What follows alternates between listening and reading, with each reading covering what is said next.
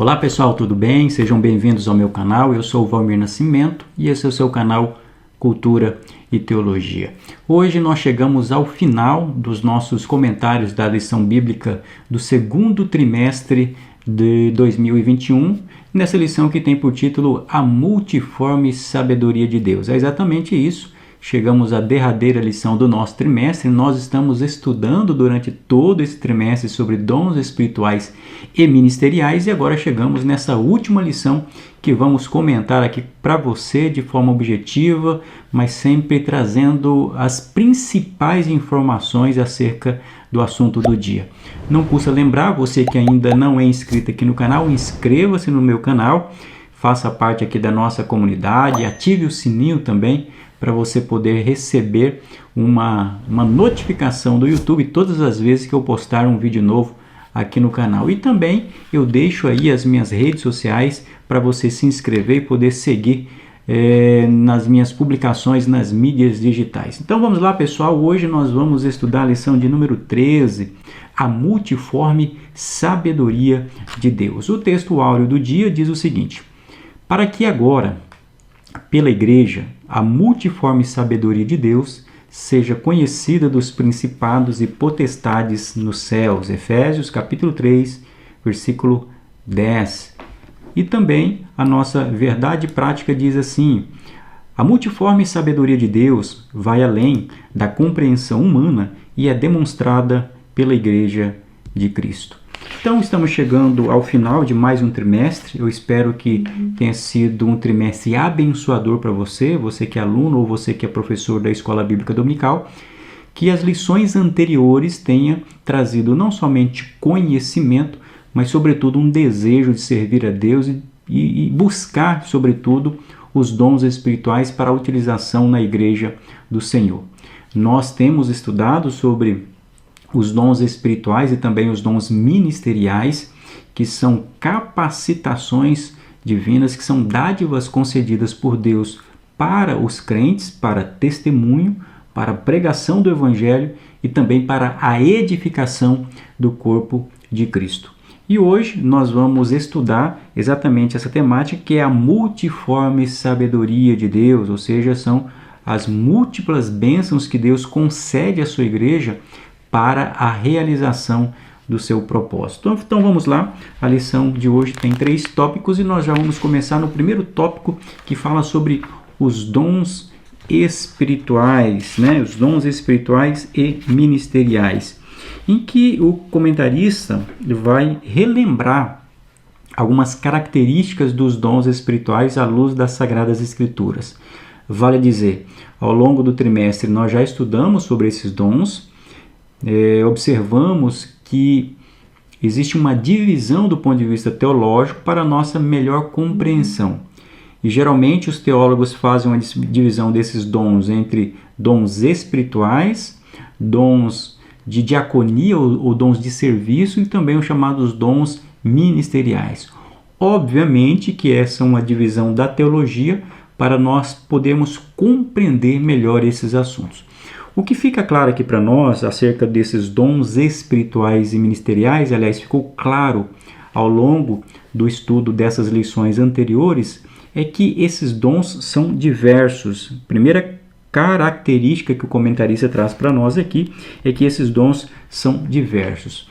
E ao falarmos sobre essa diversidade dos dons espirituais, nós lembramos que os dons espirituais eles não estão restritos àqueles 9 dons que estão listados em 1 Coríntios capítulo 12, os chamados dons espirituais. Eu vou reiterar, e é importante nós concluirmos essa lição dos dons espirituais, destacando que aquela relação, que aquele rol de dons espirituais de 1 Coríntios capítulo 12 não é um rol exaustivo.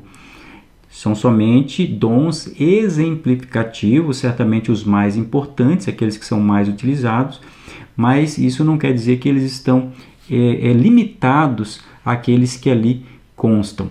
E ao termos isso em consideração, que os dons não estão somente previstos ali em 1 Coríntios, até porque nós estudamos também os dons ministeriais que estão disponíveis em outras passagens das Escrituras, também em Romanos e também na carta de Paulo à igreja de Éfeso. Então, ao levarmos isso em consideração, ao falarmos sobre a diversidade desses dons que Deus concede à sua igreja, nós estamos falando, sobretudo, da nobreza e da grandeza desses dons que Deus concede à sua igreja. E ao falarmos também dessa diversidade dos dons, nós destacamos que esses dons são diversos exatamente porque existe uma grande necessidade na vida humana. E Deus, na sua imensa sabedoria, na sua multiforme sabedoria, como vamos estudar na lição de hoje, ele visa atender às diversas necessidades do ser humano. Então, o primeiro aspecto que nós identificamos ao longo do estudo desses dons é que esses dons são diversos para atender às diversas necessidades do corpo de Cristo. Necessidades espirituais, e ao falarmos das necessidades espirituais, nós lembramos daqueles dons de poder, os dons propriamente ditos, como dom de palavra de sabedoria, palavra de revelação, dom de profecia, dom de interpretação de línguas, dom de línguas estranhas, dom de maravilhas, são necessidades da igreja e esses dons são concedidos para essa finalidade. Esses dons são diversos também para atender às necessidades ministeriais. Ao estudarmos acerca dos dons, nós estudamos sobre os apóstolos, os mestres, os profetas, os pastores, os doutores. E cada um desse dom que Deus outorga, que Deus concede à sua igreja, é para atender uma necessidade de pregação do evangelho, uma necessidade de edificação da igreja, uma necessidade do ensino da palavra de Deus. Então, por essa razão, a primeira característica que nós extraímos das Sagradas Escrituras acerca dos dons é que eles são diversos. E, além deles serem diversos, eles são amplos, como diz o comentarista. O comentarista diz assim na lição: a sabedoria de Deus é multiforme e plural. É manifesta em seus dons espirituais e ministeriais nas mais variadas comunidades cristãs espalhadas pelo mundo. Então, o fato de ser amplo aqui tem várias conotações. Primeira, amplitude do ponto de vista histórico. A amplitude aqui aponta que os dons eles não estavam restritos ao período da igreja apostólica, a igreja primitiva. Nós temos estudado sobre isso e aprendemos que não há nenhuma passagem nas Escrituras, não há nenhum versículo bíblico que restringe a utilização e a distribuição dos dons à igreja primitiva. Então há uma amplitude do ponto de vista histórico, do ponto de vista da temporalidade. E esses dons também são amplos porque eles são suficientes, eles são abrangentes, abrangem todas as esferas da comunidade. Em todas as partes do mundo, Deus tem operado, Deus tem distribuído os seus dons de uma maneira magnífica através da sua multiforme sabedoria. E é isso que nos alegra em saber da amplitude. Esses dons não são restritos, não estão restritos a um grupo religioso, não estão restritos a uma etnia ou uma classe social. Deus, na sua sabedoria, no seu imenso poder, outorga esses dons à igreja do Senhor, que é uma igreja invisível. E é interessante que ao falarmos aqui de amplitude, nós chamamos a atenção para o texto áureo. E não somente o texto áureo, mas também o título da lição, porque essa expressão multiforme também aponta para essa amplitude dos dons espirituais. O texto áureo que lemos diz assim: para que agora, pela igreja, a multiforme sabedoria de Deus seja conhecida dos principados e potestades nos céus. Efésios capítulo 3, versículo 10. Qual o significado dessa palavra multiforme e também da expressão multiforme sabedoria de Deus? Essa palavra multiforme vem do grego poikilos, que tinha um significado de multiforme, de multicolorido e de multivariada. Era uma expressão muito comum na época em que Paulo a utiliza, que demonstrava a natureza colorida e diversificada da criação de Deus, da própria natureza. Deus, no seu poder, cria, obviamente, todas as coisas com uma grande diversidade, e quando nós olhamos para a natureza, nós vemos aí uma diversidade de cores, uma diversidade de criações da parte de Deus nos animais. O próprio ser humano é diverso, é variado, é múltiplo em suas culturas. A criação, a natureza tem diversidades abrangentes que revelam exatamente a capacidade e a soberania de Deus. E então, o apóstolo Paulo se utiliza dessa expressão grega agora para se referir a essa grandiosidade de Deus e essa amplitude da sabedoria de Deus. Quando Paulo utiliza essa expressão multiforme sabedoria de Deus, ele está falando em um contexto em que ele está se referindo à igreja do Senhor. E a carta de Éfeso é uma carta caracterizada pela apresentação da igreja como a agência divina que dá a conhecer a revelação dos mistérios profundos de Deus nessa terra. E aqui, nesse sentido, quando Paulo se vale dessa expressão multiforme sabedoria de Deus, Paulo está explicando que pela igreja a multiforme sabedoria de Deus é conhecida dos principados e potestades nos céus. Veja aqui outra expressão interessante: principados e potestades. A primeira coisa que nós extraímos dessa afirmação do apóstolo Paulo é que a igreja é o canal da revelação divina. Não somente essa, a própria palavra de Deus é um canal de revelação divina, a revelação especial. O próprio Senhor Jesus é a revelação máxima de Deus, mas a igreja tem essa incumbência de anunciar o reino de Deus, de pregar o evangelho. Então é um canal de bênção para revelar essa multiforme sabedoria de Deus. E uma das maneiras da igreja revelar a multiforme sabedoria de Deus é através dos dons espirituais, do recebimento dos dons espirituais e da operação dos dons espirituais dentro da comunidade cristã. E nós sabemos que a Bíblia, ao falar sobre a sabedoria de Deus, obviamente que é algo impensável para nós. Se nós falamos de sabedoria humana do ponto de vista social, do ponto de vista da inteligência humana, já é algo abrangente. Imagine falar sobre sabedoria do ponto de vista da física, da própria filosofia, que pode estudar assuntos mais complexos. Enfim, a própria sabedoria humana em si já é abrangente. Quanto mais nós falarmos em sabedoria divina, que é algo que está além da nossa capacidade, além da nossa inteligência. A Bíblia diz que os nossos pensamentos estão bem distantes dos pensamentos de Deus. E veja o que está em Provérbios, capítulo 3, o versículo 19. O Senhor, com sabedoria, fundou a terra, preparou os céus com inteligência.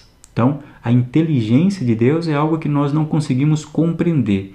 E é nesse sentido que o apóstolo Paulo a qualifica como sendo multiforme, ou seja, ela é ampla, ela é variada, ela se aplica às necessidades humanas de forma abrangente.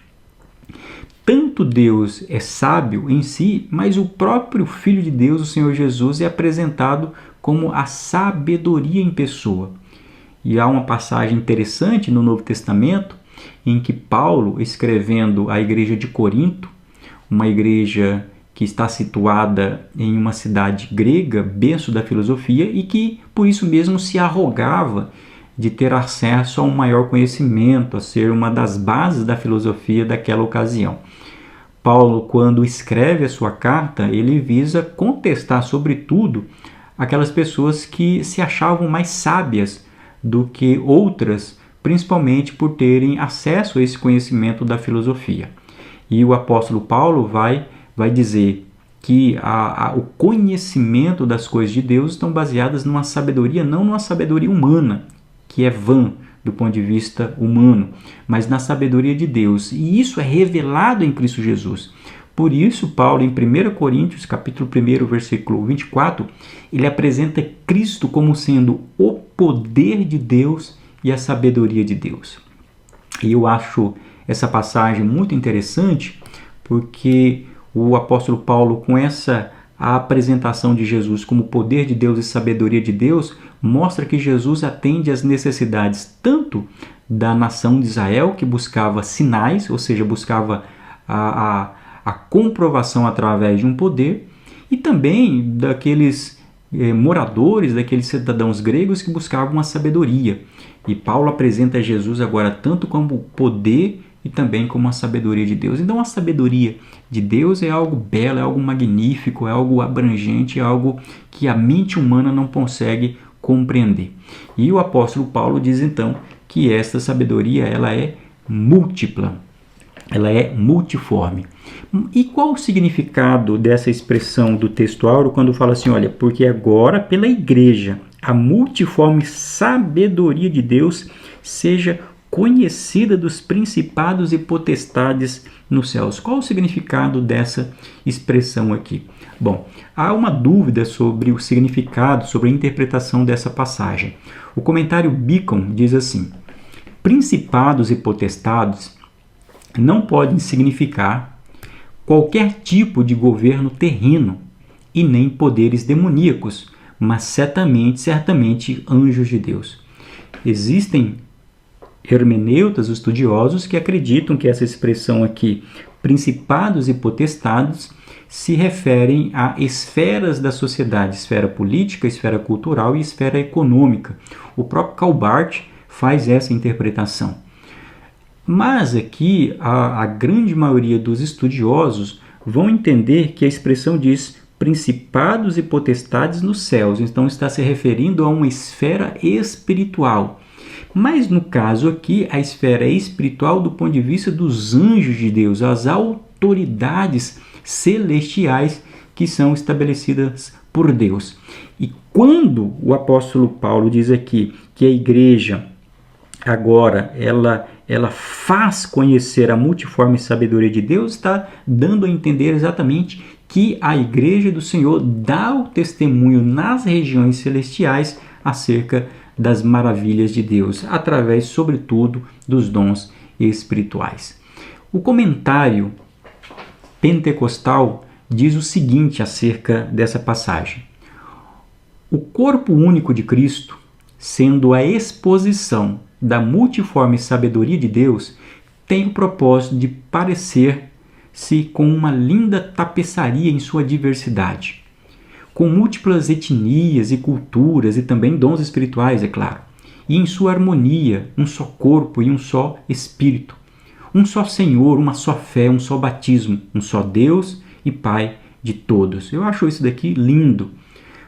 O que nós extraímos daqui é que a multiforme sabedoria de Deus, o poder de Deus como sendo múltiplo e a sua sabedoria também sendo múltipla, se apresenta na igreja de Cristo de diversas maneiras, através de dons diferentes, em culturas diferentes, em etnias diferentes, em pessoas diferentes, mas de forma harmônica, para que tenhamos uma única fé, um único Espírito, adorando o único Deus. Aqui nós vemos a amplitude, a multiplicidade e ao mesmo tempo a unidade no corpo de Cristo.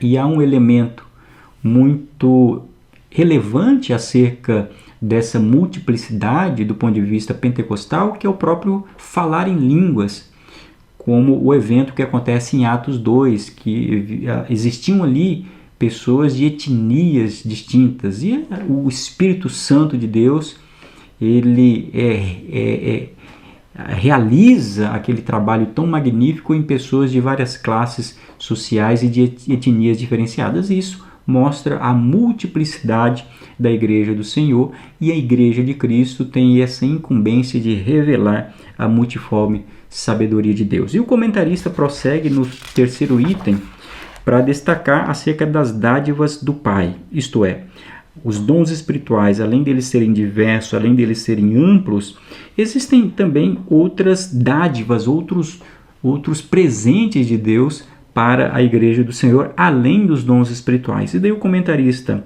lembra a dádiva do amor, segundo, a dádiva da filiação divina e, por fim, o ministério da reconciliação. Acerca da dádiva do amor, o comentarista diz: a grande manifestação de amor do Altíssimo para com a humanidade foi enviar o seu Filho amado para salvar o mundo.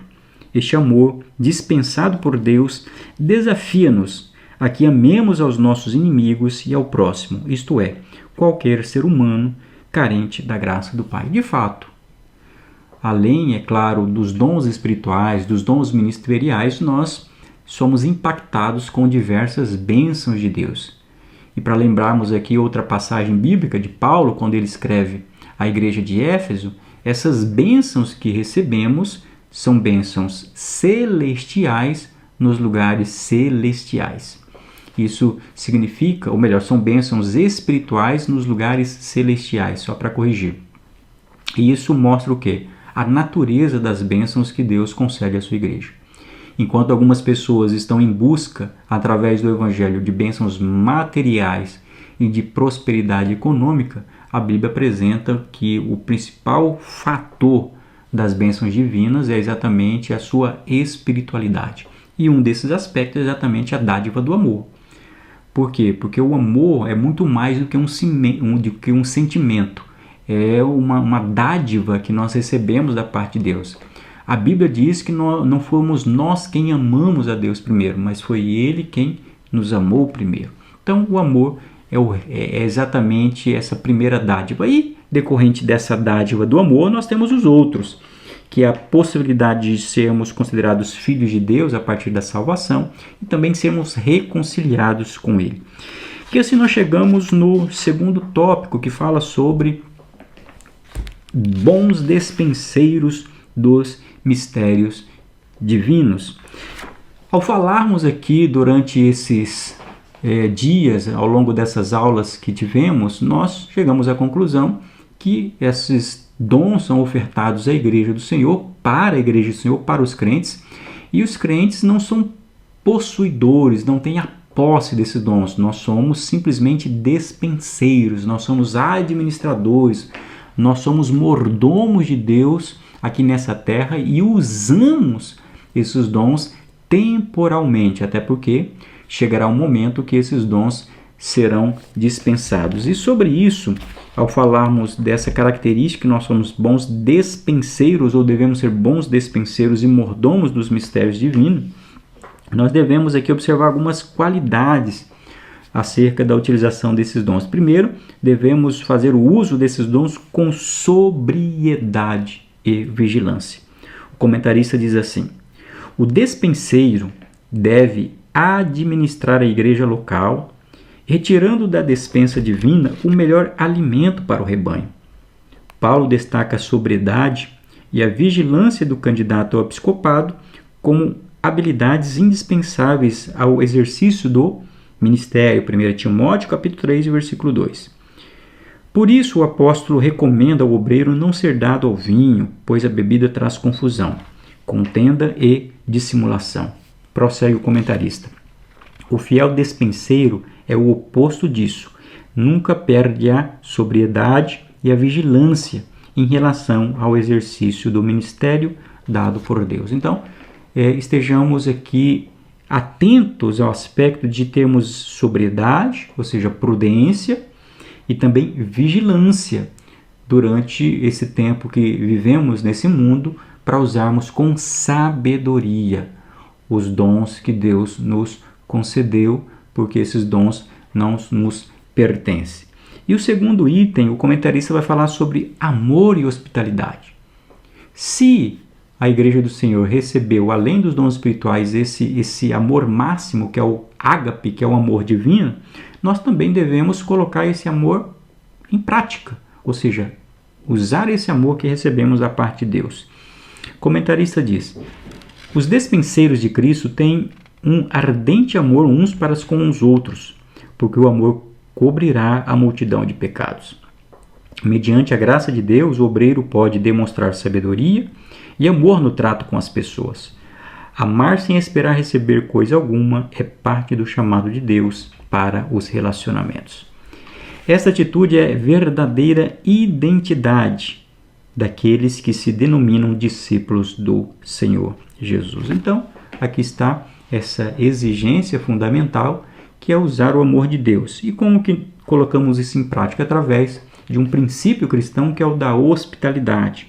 Isto é, saber receber aqueles que precisam e aqueles que carecem de algum tipo de apoio. Essa é a nossa incumbência, é utilizarmos os dons para os propósitos da Igreja do Senhor e principalmente tendo como ponto fundamental esse amor.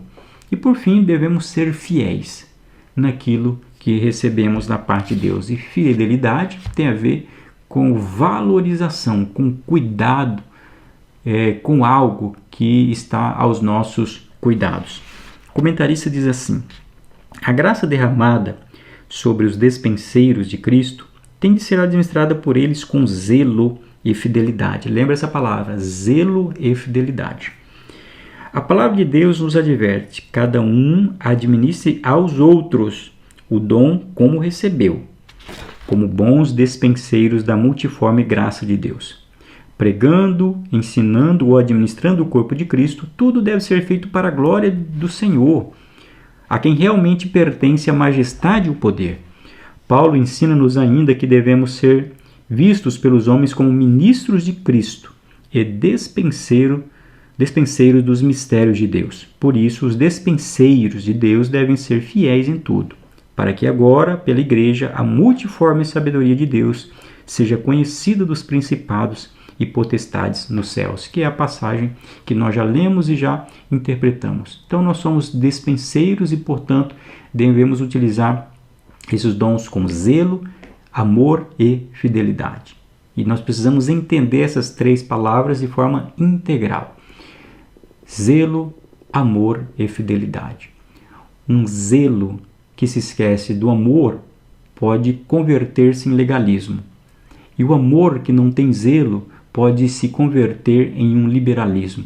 Agora, se o zelo estiver vinculado ao amor e estiver, sobretudo, amarrado com a fidelidade, aí sim nós vamos utilizar de maneira sábia, prudente e bíblica os dons que Deus concedeu à sua igreja. Porque nós somos despenseiros, administradores dos dons que Deus nos concedeu.